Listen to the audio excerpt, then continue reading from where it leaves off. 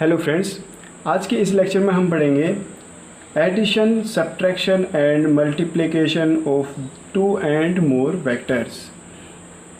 मतलब कि जब दो या दो से अधिक वेक्टर हमें गिवन हो तो उसका हम एडिशन कैसे करेंगे, उसका सब्ट्रैक्शन कैसे करेंगे और उन दोनों की मल्टीप्लाई कैसे करेंगे। तो आइए अब हम शुरू करते हैं अपना lecture. Addition of vector. Addition of vector, एक बात मैं आपको पहले क्लियर करता हूँ स्टूडेंट, कि जो एडिशन ऑफ वेक्टर है वो सिंपल एडिशन की तरह नहीं होता है। सिंपल एडिशन की तरह नहीं होता है मतलब जैसे हम सिंपल मैथमेटिक्स में करते हैं 2 + 2 = 4, 5 + 4 = 9 या 10 + 20 = 30। ये सिंपल एडिशन है, लेकिन वेक्टर की एडिशन ऐसी नहीं होती। वेक्टर की एडिशन कैसी होती है? वेक्टर की एडिशन मैग्नीट्यूड में चलती है। मैग्नीट्यूड में वेक्टर की एडिशन होती है। इसको समझने के लिए हम देखेंगे। To understand it, consider a particle is first displace through 4 meter east and 3 meter north. ये क्या कह रहा है कि एक पार्टिकल है, वो 4 मीटर तो ईस्ट में गया और देन उसके बाद 3 मीटर नॉर्थ में गया। अब पहले हम यहाँ पे आपको डायरेक्शन शो कर देंगे।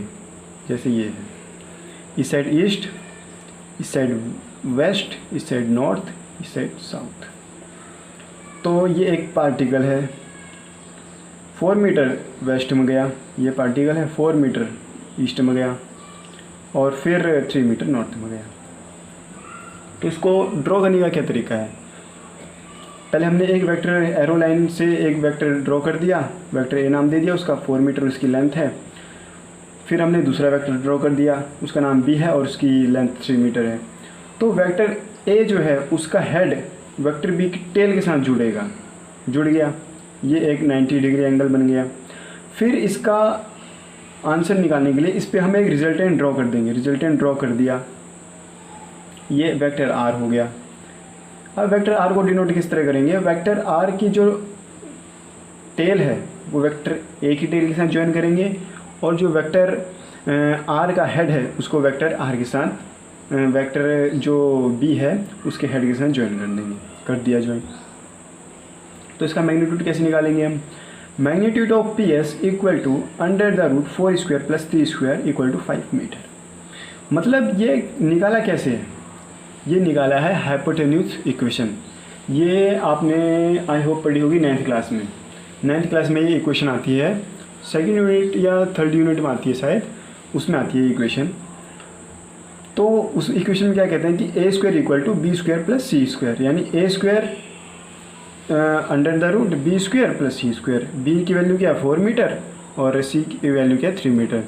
4 का स्क्वायर 16, 3 का स्क्वायर 9, तो √25। 25 आ गया, 25 आ गया इक्वल टू 5 सेंटीमीटर, क्योंकि 25 का अंडर रूट कितना होता है? 5 सेंटीमीटर इसका आंसर आ गया। अब हम एडिशन में ही कुछ इसके रूल पढ़ेंगे कि मतलब कैसे कैसे हम एडिशन कर सकते हैं। तो फर्स्ट रूल क्या है? For the addition of 2 vector, कि अगर हमें 2 वेक्टर दिए हों, तो उसका एडिशन हम कैसे करेंगे? For this 2 vector so by arrowed line using the same suitable scale displacement the second vector such that its tail join with the head of the first vector, then the single vector drawn from the tail of the first vector to the head of the second vector represent their resultant vector। So student ये क्या कह रहा है कि हमें 2 vector draw करें scale के साथ और एक वेक्टर का हेड दूसरे वेक्टर की टेल के साथ जोड़ दिया और इस पर एक रिजल्टेंट डाल दिया। रिजल्टेंट कैसे डालेंगे? रिजल्टेंट की टेल फर्स्ट वेक्टर के साथ टेल के साथ जोड़ देंगे और रिजल्टेंट का हेड सेकंड वेक्टर के हेड के साथ जोड़ देंगे। ये एज इट इज़ सेम इसी की तरह है। ये एग्जांपल यहाँ suitable as it is fix हो सकता है। तो ये हो गया एडिशन ऑफ 2 वेक्टर। अब इसके बाद हम पढ़ेंगे when 2 vector acting in a same direction. जब दो वेक्टर सेम डायरेक्शन में हो तो उसका एडिशन हम कैसे करेंगे? तो उसके लिए वेक्टर हमने एक ये वेक्टर डिनोट लिखा बनाया और एक वेक्टर ये भी बना दिया, दोनों को जोड़ दिया। वेक्टर ए को तो हमने डॉटेड लाइन से जोड़ दिया, ठीक, और वेक्टर बी को हमने डॉटेड लाइन से जोड़ दिया, वेक्टर ए को डार्क लाइन से जोड़ दिया। तो इसका रिजल्टेंट क्या आएगा? इसका रिजल्टेंट आएगा R equal to vector A plus vector B. तो इसको हम कैसे लिखेंगे? Modulus of vector R equal to modulus of vector A plus modulus of vector B.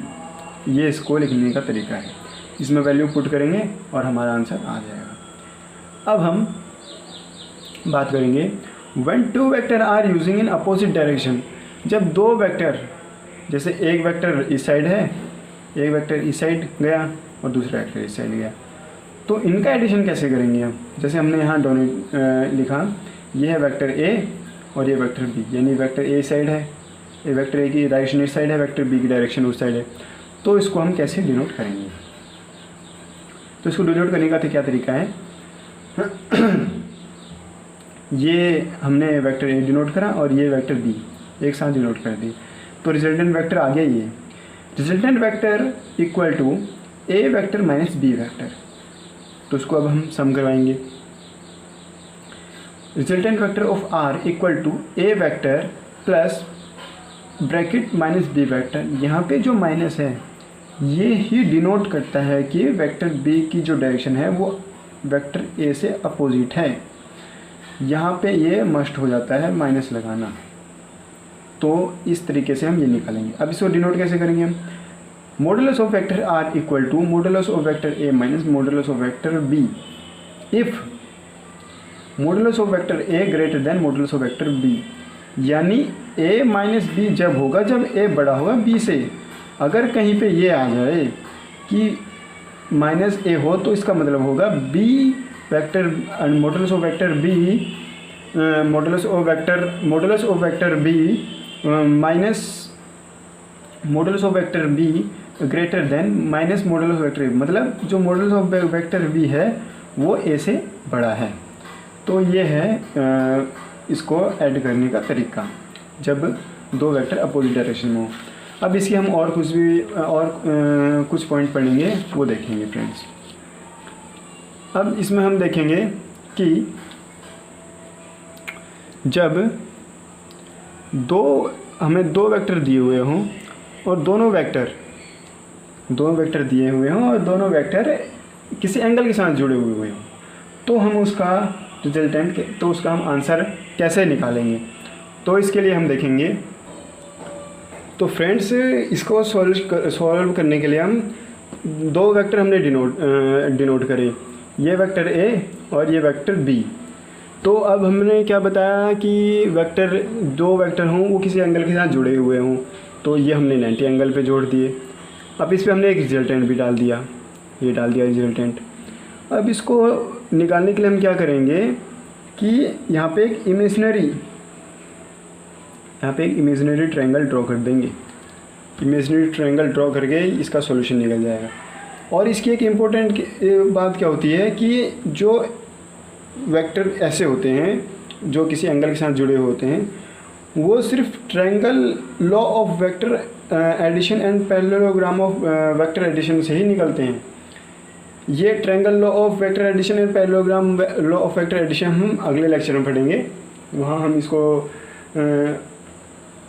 खुल के डिफाइन, मतलब पूरा टोटली डिफाइन करेंगे। यहाँ तो अभी हम ये शॉर्ट बातें पढ़ रहे हैं। तो जो triangle law of vector addition है और पैरेललोग्राम वेक्टर एडिशन है वो हम नेक्स्ट लेक्चर में पढ़ेंगे।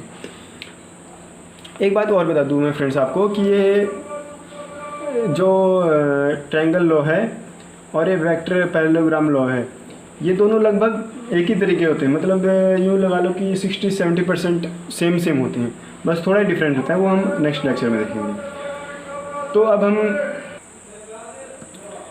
हम पढ़ेंगे when a number of vector in acting different direction. जब दो या दो से हमें ज़्यादा वेक्टर दिए हों और वो अलग अलग डायरेक्शन में हों, तो हम उनका सम कैसे करेंगे? जैसे हमने यहाँ पे 4 वेक्टर ड्रॉ कर दिए, vector A, vector B, vector C, vector D. तो 4 वेक्टर हमें दिए गए हैं। तो इसमें हम कैसे डिनोट करेंगे कि वेक्टर ए का हेड वेक्टर बी की टेल के साथ जोड़ देंगे, वेक्टर बी का हेड वेक्टर सी की टेल के साथ जोड़ देंगे, वेक्टर सी का हेड वेक्टर डी की टेल के साथ जोड़ देंगे। ये कुछ इस तरीके से आपको दिखेगा, इस तरीके से। फिर उसके बाद हमने रिजल्टेंट डाल दिया। रिजल्टेंट कैसे डालेंगे? रिजल्टेंट की टेल वेक्टर ए की टेल के साथ जोड़ देंगे और रिजल्टेंट का हेड वेक्टर डी के हेड के साथ जोड़ देंगे। तो इसको हम कैसे निकालेंगे, जो वेक्टर पहले हमने यहाँ पे एक इमेजिनरी लाइन ड्रॉ कर देंगे, ये हो जाएगा वेक्टर ए प्लस बी, और फिर हम ये इसके साथ वेक्टर सी के हेड के साथ एक इमेजिनरी ड्रॉ कर देंगे, हो जाएगा vector A plus B plus C. इस तरीके से हम निकालते हैं जब दो या दो से अधिक जब मोर देन 2 हमें वेक्टर दिए हों और उनका सॉल्यूशन निकालना हो। इसकी एक खास बात यह है कि ये सॉल्व किससे होते हैं, सिर्फ polygon law of vector addition से ही ये सॉल्व होते हैं। कौन से सॉल्व होते हैं, जिसमें दो या दो से अधिक वेक्टर दिए हों, और ये polygon law of vector addition से ही सॉल्व होते हैं। अब हमने क्या कर लिया, एडिशन ऑफ वेक्टर कर लिया। अब हम करेंगे सब्ट्रैक्शन ऑफ वेक्टर। सब्ट्रैक्शन भी उसी तरीके से जैसे जो वो होते हैं सिंपल मैथमेटिक्स में हम क्या कर देते हैं, 4 - 3 = 1, 50 - 30 = 20, लेकिन इसमें ऐसा नहीं होता। जैसे एडिशन है वैसे इसमें भी ऐसा नहीं होता। इसके लिए हम क्या करेंगे, subtraction of vector B from A vector is different as the addition of vector B minus B vector negative of the vector B to the vector A. So A minus vector A minus B equal to A vector plus bracket minus B vector, ये है इसका solution. तो क्या कहेंगे friends, ये इसको denote करने का तरीका है। ये क्या कह रहा है कि ए वेक्टर को प्लस करेंगे किसके साथ, माइनस बी वेक्टर के साथ, negative of the vector B के साथ उसको प्लस कर देंगे। तो अब इसको हम ग्राफिकली देखेंगे। ये हमने वेक्टर ए डिनोट कर दिया, ये वेक्टर बी कर दिया। अब हम क्या करेंगे, अब डिनोट तो कर दिया हमने, डिनोट करने के बाद ये हमने वेक्टर ए डाला, ये वेक्टर बी डाल दिया, और वेक्टर ए को थोड़ा आगे ले गए हम इमेजिनरी लाइन के साथ, वेक्टर बी को भी पीछे लाए इमेजिनरी लाइन से। जो ये आया है पीछे लाए हैं, ये हो गया माइनस बी वेक्टर, और हम इसके ऊपर हम एक रिजल्टेंट ड्रॉ कर देंगे। रिजल्टेंट क्या होगा, A plus bracket minus B vector, ये हो जाएगा सब्ट्रैक्शन ऑफ वेक्टर 2 और मोर देन 2 वेक्टर्स। ये हो जाएगा उसका सब्ट्रैक्शन करने का तरीका। अब इसमें दो कुछ इम्पोर्टेंट व्यू हैं सब्ट्रैक्शन ऑफ 2 वेक्टर के, जो हम देखेंगे। सब्ट्रैक्शन ऑफ वेक्टर क्या कहता है, subtraction of vector does not follow the commutative law. Subtraction of vector commutative law को फॉलो नहीं करता। जैसे कम्यूटेटिव लॉ क्या करता है, 4 - 3 = 3 - 4 3 + 4, 4 - 3 = 1, -3 + 4 = 1, यानी दोनों इक्वल हैं। लेकिन ये subtraction of vector commutative law को फॉलो नहीं करता, यानी vector A minus B not equal to vector B minus A, तो ये कम्यूटेटिव लॉ को फॉलो नहीं करता। अब दूसरा पॉइंट क्या है इसका, जो सब्ट्रैक्शन ऑफ वेक्टर है वो इसको फॉलो नहीं करता, एसोसिएटिव लॉ को भी फॉलो नहीं करता। एसोसिएटिव लॉ क्या कहता है, एसोसिएटिव लॉ कहता है कि अगर हमारे पास 3 वेक्टर हैं हमारे पास, हमने 2 वेक्टरों का प्लस करवा दिया, उसका जो आंसर आया उसको तीसरे वेक्टर के साथ, जो तीसरा वेक्टर है उसे हमने माइनस करवा दिया, और इक्वल टू अगर हमने पहले 2 को प्लस करवा दिया और उसका आंसर आया उसको 3 के साथ माइनस करवा दिया, तो वो इक्वल आंसर आएगा दोनों का। मतलब अगर इसका जेड आ रहा है तो उसका भी जेड आएगा, ये कहता है। लेकिन इसमें ये उस लॉ को फॉलो नहीं करता। ये क्या कहता है, अगर इसका जेड आया तो ज़रूरी नहीं है कि इसका भी जेड ही आएगा। ये कहेगा कि अगर इसका जेड आया है तो इसका वाई भी आ सकता है, अगर इसका एक्स आया है तो इसका जेड भी आ सकता है। ये सब्ट्रैक्शन ऑफ 2 वेक्टर का जो वो है टॉपिक, जो वो है लॉ, वो ये कहता है। अब हमने 2 टॉपिक तो कर लिए अपने, addition of vectors and subtraction of vector. अब हमारा एक टॉपिक बच गया है, मल्टीप्लिकेशन ऑफ वेक्टर। अब हम वो करेंगे, multiplication of vectors bye a real number. ये क्या कह रहे हैं कि रियल नंबर के साथ अगर हम मल्टीप्लाई करते हैं, वेक्टर की रियल नंबर के साथ मल्टीप्लाई करते हैं तो उस पर क्या इफेक्ट पड़ेगा। आज आए हम देखते हैं। The multiplication of a vector A by a real number N becomes another vector N vector A, its magnitude become N times the magnitude of the given vector, its direction is the same or opposite as that vector A according as in positive or negative of real number. ये क्या कह रहा है कि कोई vector A है, उसको हमने एन से मल्टीप्लाई करवा दिया तो उसका एन नंबर यानी 1 से लेके इन्फिनिटी तक कोई भी नंबर ले लो, 2 ले लो, 4 ले लो, 5 ले लो, 10 ले लो, 20 ले लो, 100 ले लो, 1000 ले लो, कितना भी ले लो, उसकी मल्टीप्लाई उसके साथ कराएंगे तो उसके साथ मल्टीप्लाई हो जाएगा। और अगर हम नेगेटिव लेते हैं तो वेक्टर ए को भी नेगेटिव कर देगा। जैसे हमने 2 ले लिया, 2 की वेक्टर ए के साथ मल्टीप्लाई करवा दी तो ये हो जाएगा वेक्टर 2 इंटू वेक्टर ए। अगर -2 के साथ करवा दी तो ये हो जाएगा -2 वेक्टर ए।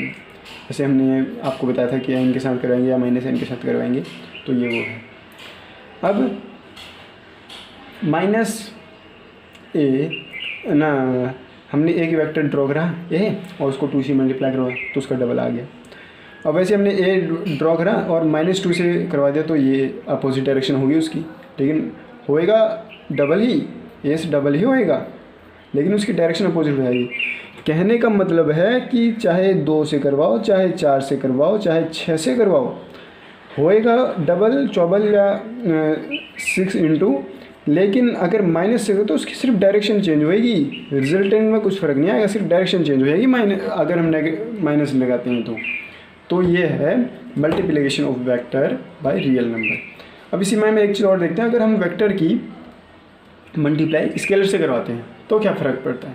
देखें, when a vector A is multiply by a scalar S, it's become a vector S A whose magnitude is S times the magnitude of A and its act along the direction of A. The unit of SA is different from the unit of vector A. ये क्या कह रहा है कि अगर हम vector A के साथ किसी स्केलर S की मल्टीप्लाई करवाते हैं तो दोनों आपस में मल्टीप्लाई हो जाएंगे,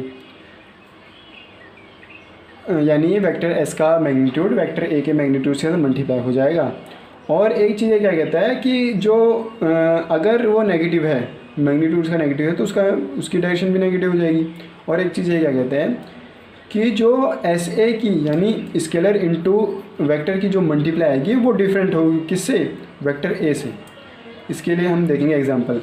if vector A is equal to 100 newton due to west and scalar equal to 10 second, then दोनों की मल्टीप्लाई करवा दी, यानी 10s equal to 100 newton due to west, तो क्या आ गया 1000 न्यूटन साउथ ना, न्यूटन स्केलर ड्यू वेस्ट।